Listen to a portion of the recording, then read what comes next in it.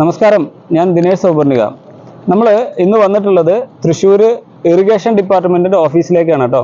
ഇവിടെ വരാനുള്ള കാരണം നമ്മളെ വീഡിയോ കണ്ടിട്ട് ഇതിലുള്ള ആളുകൾ എന്നെ വിളിച്ചതാണ്. അതായത് ചെണ്ടുമല്ലി കൃഷിയുമായി ബന്ധപ്പെട്ട് ഞാൻ സ്ഥിരമായി വീഡിയോ ചെയ്യുന്നതാണ്. അപ്പോൾ അങ്ങനെ കണ്ട് അവർ ആ വീഡിയോ ഫോളോ ചെയ്ത് വളപ്രയോഗമൊക്കെ ചെയ്ത് ആ ഒരു സന്തോഷത്തിൽ എന്നെ വിളിച്ചപ്പോൾ ഏതായാലും തൃശ്ശൂർ വരുമ്പോൾ ഒന്ന് കാണാമെന്ന് കരുതി അങ്ങനെ വന്നിട്ടുള്ള ഒരു തോട്ടമാണ്. ഒരു ഗവൺമെന്റ് സ്ഥാപനത്തിൽ നമ്മൾ പോയാൽ കാണുന്നതിന്റെ നല്ലൊരു മനോഹരമായ ഒരു ദൃശ്യമാണ് ഇവിടെ കിട്ടുന്നത്. അതിന്റെ പ്രത്യേകത എന്താ വെച്ചാല് ഇവിടെ ഒരു ബിൽഡിംഗ് ആയിരുന്നു എന്ന് പറയുന്നു അല്ലെ? അതെ, ഇവിടെ ഒരു മുന്നേ ബിൽഡിംഗ് ഉണ്ടായിരുന്ന സ്പേസ് ആണ്. ഇത് ബ്രിട്ടീഷുകാരുള്ള സമയത്ത് അവരുടെ ഒരു റെസ്റ്റ് ചെയ്യണ ഒരു ഇതായിരുന്നു. ആ സ്ഥലം അത് ബിൽഡിംഗ് ഒക്കെ പിന്നെ കേടായി അത് പിന്നെ നിങ്ങൾ പൊളിച്ചു. ആ സ്ഥലത്ത് നിങ്ങൾ പിന്നെ എത്ര ദിവസം കൊണ്ടാണ് ഇങ്ങനെ ഒരു പ്ലെയിൻ സ്ഥലമാക്കി ഒരുക്കിയെടുത്ത്? ഞങ്ങൾ ജൂൺ മാസം ലാസ്റ്റോട് കൂടിയാണ് ഞങ്ങൾക്ക് ഇതിനോട് താല്പര്യം തോന്നുന്നത്. അപ്പൊ തന്നെ എല്ലാവരും ഒരു ടീം ഉണ്ടാക്കി. ഒരു 33 പേരോളം ഈ ടീമുകളിലുണ്ട്. അതിൽ 15 പേരോളം സ്ത്രീകളാണ് എന്നുള്ളതാണ് അതിന്റെ ഒരു മഹത്വം, പ്രത്യേകത. എല്ലാവരും ഓഫീസ് ടൈം കഴിഞ്ഞിട്ടുള്ള ഒരു സമയത്താണ് ഇതിനു വേണ്ടി വിനിയോഗിച്ചത്. അതായത് ഒരു ഒറ്റയാൾ പരിപാടിയല്ല, ടീം വർക്കാണ്, ഒരു ഒരുമയുണ്ട് അതിനോടുള്ള. അതുകൊണ്ട് തന്നെയാണ് ഞാൻ വന്നിട്ട് ഇത്രയും ആളുകളെ ഇവിടെ കിട്ടിയിട്ട് വീഡിയോ എടുക്കാന്ന് പറഞ്ഞിട്ട് നിന്നത്. കാരണം എല്ലാവരും ഒന്ന് കിട്ടണത്. കാരണം ഇതിൽ ചെയ്ത പ്രധാന ആളുകൾ മാത്രമല്ല കേട്ടോ, ഇനിയും കുറെ ആളുകളുണ്ട് വേറെ വേറെ പ്രവർത്തനങ്ങളിൽ ആണ്. അപ്പൊ ഞാൻ ചോദിക്കുന്ന ഒരു കാര്യം, ഇത് തുടങ്ങാൻ വേണ്ടിയിട്ട് ഇങ്ങനെ ഒരു സ്ഥലം ഒക്കെ റെഡിയാക്കി വെച്ചു. അങ്ങനെ തയ്യും നിങ്ങൾക്ക് കൃഷിഭവന്റെ വഴി തൈകൾ കിട്ടി. ആ തൈ കിട്ടിയപ്പോ ഈ 2 കളർ തയ്യാറാക്കാനാണ് നിങ്ങൾ ആദ്യം തീരുമാനിച്ചത്. അതൊക്കെ സാധാരണ എല്ലാവർക്കും അറിയണ കാര്യമാണ്. ഇതിൽ തുടക്കത്തില് എന്ത് വളം ഇട്ട് കൊടുത്തിട്ടാണ് ഈ ചെടീനെ ഒന്ന് ബൂസ്റ്റ് ചെയ്ത് കൊണ്ടുവന്നത്? ഞങ്ങളിത് ആദ്യം തന്നെ JCB വെച്ച് ഞങ്ങൾ മണ്ണിളക്കി. അതിനുശേഷം pH ശരിയാവാൻ വേണ്ടി കുമ്മായി കൊടുത്തു. അതിനുശേഷം വെർമി കമ്പോസ്റ്റ് ഇട്ടു. കൃഷിഭവനിൽ നിന്ന് ഞങ്ങൾക്ക് നല്ല ഡയറക്ഷൻ ഉണ്ടായിരുന്നു. അത് പ്രകാരമാണ് ഞങ്ങൾ ചെയ്തത്. അതിനുശേഷം ഞങ്ങള് 18 ഇട്ടു. അതിനുശേഷമാണ് ചെടികൾ നട്ടത്. അപ്പൊ ചെടി ഒന്ന് പൊടിച്ചു വന്നിട്ട് ഒരു പൂവുണ്ടാവാനുള്ള ഒരു സമയവും ഏകദേശം ഓഗസ്റ്റ് മാസമൊക്കെ ആകുമ്പോഴാണ് സാധാരണ ഈ ചെടികളിൽ മുട്ട് വരിക. ഈ മുട്ട് വരാൻ തുടങ്ങുന്ന സമയത്ത് പിന്നെ പൂ കൂടുതൽ കിട്ടാൻ വേണ്ടിയിട്ടും അല്ലെങ്കിൽ പൂവിന് വലിപ്പം കിട്ടാൻ വേണ്ടിയിട്ടും എന്തൊക്കെ വളപ്രയോഗം ചെയ്തിട്ടുള്ളത്? ഞാൻ പറഞ്ഞല്ലോ, കൃഷിഭവന്റെ നല്ല ഡയറക്ഷൻ ഉണ്ടായിരുന്നു. അവര് ആഴ്ചയിൽ 2 പ്രാവശ്യം വന്ന് നോക്കിയിരുന്നു. അപ്പോ ഒരു 25 ദിവസം കഴിഞ്ഞതിന് ശേഷമാണ് ഞങ്ങൾ ഇതിന്റെ തലനുള്ളി. അതിനുശേഷം ഞങ്ങൾക്ക് അതിന് പൂണ്ടാവാൻ വേണ്ടിയിട്ടുള്ള ഫെർട്ടിലൈസർ സ്പ്രേ ചെയ്യാൻ പറഞ്ഞു. കൃത്യമായിട്ട് വളപ്രയോഗം കടക്കിലും അതേപോലെ മുകളിലൊക്കെ ചെയ്തു. അത്യാവശ്യം നല്ല വലിപ്പമുണ്ട് പൂക്കൾക്ക്. ഈ പൂക്കളൊക്കെ സാധാരണ നമ്മൾ പൂർണ്ണമായി വിരിഞ്ഞ പൂക്കൾ എന്ന് പറഞ്ഞാൽ ഏകദേശം ഇതൊക്കെയാണ് പൂർണ്ണമായി വിരിഞ്ഞത്. ഇതൊക്കെ ഇനിയും ധാരാളം വിരിയാനുണ്ട്. അപ്പൊ ഞാൻ ചോദിക്കുന്നത്, ഇപ്പൊ ഓണത്തിന്റെ ഇവര് ചെണ്ടുമല്ലി കൃഷി നടത്തി ഇവിടെ തന്നെ ഒരു ഭാഗത്ത് വിൽപ്പനയും നടക്കുന്നുണ്ട്. ഡിപ്പാർട്ട്മെന്റിലെ എല്ലാ സ്റ്റാഫും വന്ന് വാങ്ങുന്നുണ്ട്.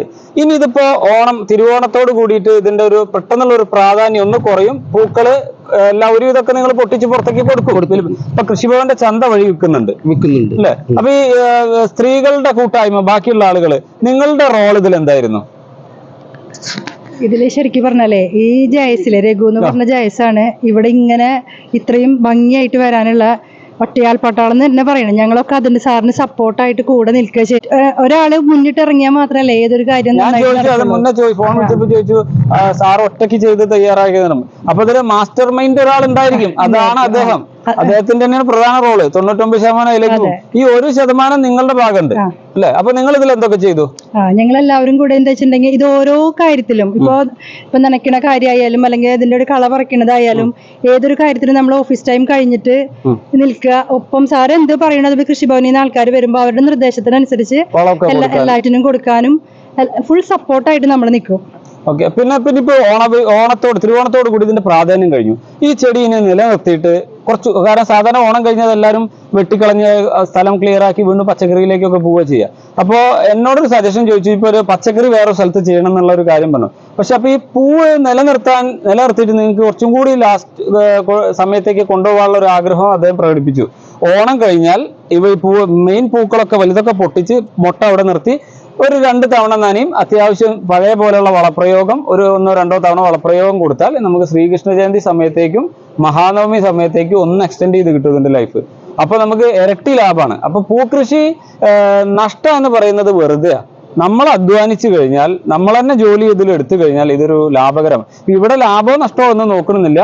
ഈ ഉദ്യോഗസ്ഥരെല്ലാം അവരുടെ ജോലി സമയത്തിന്റെ ഒഴിവ് കിട്ടുന്ന സമയത്ത്, ഫ്രീ ടൈം, ലഞ്ച് ടൈമിലും മോർണിംഗ് ടൈമിലും ഈവനിങ് ടൈമിലും അവധി ദിവസങ്ങളിലും വന്നിട്ടാണ് ഇതിന്റെ കള പറിച്ചിട്ടും അതേപോലെ വളം കൊടുത്തിട്ടും എല്ലാം ഇത്രയും മനോഹരമാക്കിയത് അല്ലേ? മോള് എത്രാം ക്ലാസ്സിലാണ് പഠിക്കുന്നത്? 2ാം ക്ലാസ്സിൽ. അല്ല, പാട്ട് പാടാൻ അറിയോ?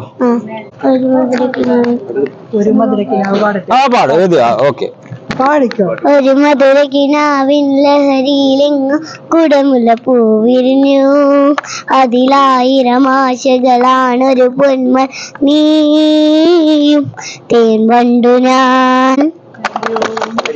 അപ്പൊ കുട്ടിക്ക് പാട്ട് പാടിയതിന് ഒരു സമ്മാനം, ചെറിയ സമ്മാനാണ് കേട്ടോ. മോളുടെ പേര്? ജുവാനിയ റോസ്. ജുവാനിയ റോസ്. ഏത് സ്കൂളിലാ?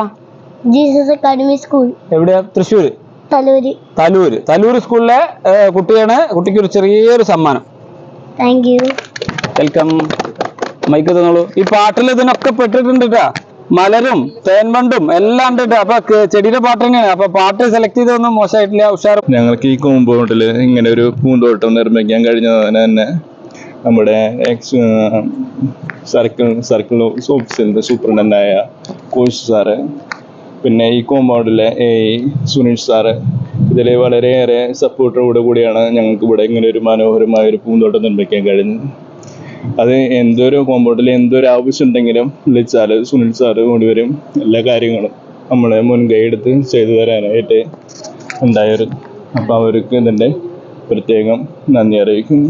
പിന്നെ കൃഷിഭവന്റെ ആളുകളുടെ ഒരു കൃഷി ഓഫീസറായാലും അസിസ്റ്റന്റ് കൃഷി ഓഫീസർ രണ്ടുപേരും എന്തെങ്കിലും ഒരു ചെടിയിൽ എന്തെങ്കിലും ഒരു കളർ വ്യത്യാസം കണ്ടു കഴിഞ്ഞാൽ അപ്പോൾ നമ്മൾ ഇവരുടെ അടുത്ത് പറഞ്ഞാൽ അവർ ഓടി വരും. അതിന് വേണ്ട കാര്യങ്ങൾ നമ്മളുടെ നിർദ്ദേശം ചെയ്യും. അതനുസരിച്ചാണ് നമ്മൾ ഇത്രയും ഈ ഒരു ലെവൽ വരെ എത്തിക്കാൻ കഴിഞ്ഞത്. ചെറിയൊരു കാര്യങ്ങൾക്ക് പോലും നമ്മുടെ കൂടെ നിന്ന ബിഷപ്പ്സ്മാർക്കും പ്രത്യേകം നന്ദി അറിയിക്കുന്നു. ബാലു സാറും. അതായത് നിങ്ങളുടെ ഡിപ്പാർട്ട്മെന്റിന്റെ ഉള്ള ഉന്നത ഉദ്യോഗസ്ഥർ എല്ലാവരും ഇതിനു വേണ്ട എല്ലാ സപ്പോർട്ടും, സാധാരണ ഒരു വർക്ക് അതിൻ്റെ അടുത്ത് നടത്തുകയാണെങ്കിൽ കുറെ പെർമിഷനുകളൊക്കെ വേണം. അപ്പൊ അതിനുള്ള കാര്യങ്ങളെല്ലാം അവർ തന്നെ തയ്യാറാക്കി തന്നു. മനോഹരമായ ഒരു പൂന്തോട്ടം തയ്യാറാക്കി തന്നു. ഞാൻ ഇതിൽ സാധാരണ എന്താ പറയുക, നമ്മൾ ഗുണ്ടൽപേട്ടൊക്കെ പോകുമ്പോഴാണ് ഇങ്ങനെ വലിയൊരു പാടം പോലെ തോന്നുക. ഇതിന്റെ ഇപ്പോൾ ഡ്രോൺ ദൃശ്യമൊക്കെ കാണുകയാണെങ്കിൽ വളരെ രസമായിരിക്കും.